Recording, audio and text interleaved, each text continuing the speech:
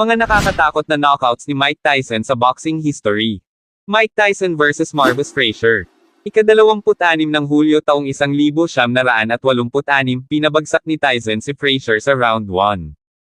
Ang pinakamabilis na knockout ni Mike Tyson ay dumating nang sirain niya ang anak ng isang maalamat na heavyweight champion. Si Iron Mike ay malawak na itinuturing bilang isa sa mga pinakadakilang American heavyweight boxer sa lahat ng panahon, ngunit sa kanyang pakikipaglaban kay Marvis Frazier, hinahanap ni Tyson na panatilihing buo ang kanyang undefeated record habang naghahangad siyang maging isang world champion.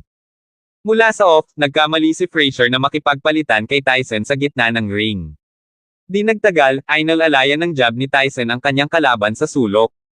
Pagkatapos ay nagpakawala si Iron Mike ng dalawang mabangis na uppercut, ang pangalawa ay nahuli si Frazier sa punto ng baba, na nagpabalik sa kanyang mga mata sa kanyang ulo. Pagkatapos ay pinalapag ni Tyson ang sunod-sunod na follow-up na suntok, kabilang ang malinis na left hook, ngunit malinaw na natapos ang laban. Nang bumagsak si Frazier at naiwan na walang malay laban sa mga lubad, sa wakas ay nagpasya si referee Joe Cortez na kumaway sa laban. Mike Tyson vs. Larry Holmes. Ika-22 ng Enero taong 1988, pinabagsak ni Tyson si Holmes. Hindi nakakagulat, muling nagtatampok si Tyson. Sa pagkakataong ito, sa ika-5 pagtatanggol ng kanyang heavyweight world titles laban kay Larry Holmes.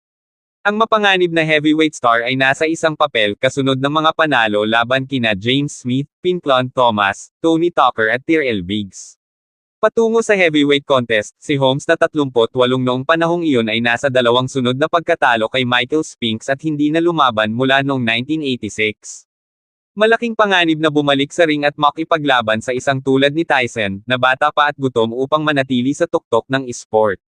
Sa ika-4 na round, matapos ibagsak si Holmes ng 2 beses, tinapos ni Tyson ang heavyweight na veterano sa pamamagitan ng isang brutal na kanan sa pangahabang si Holmes ay natulala sa mga lubid.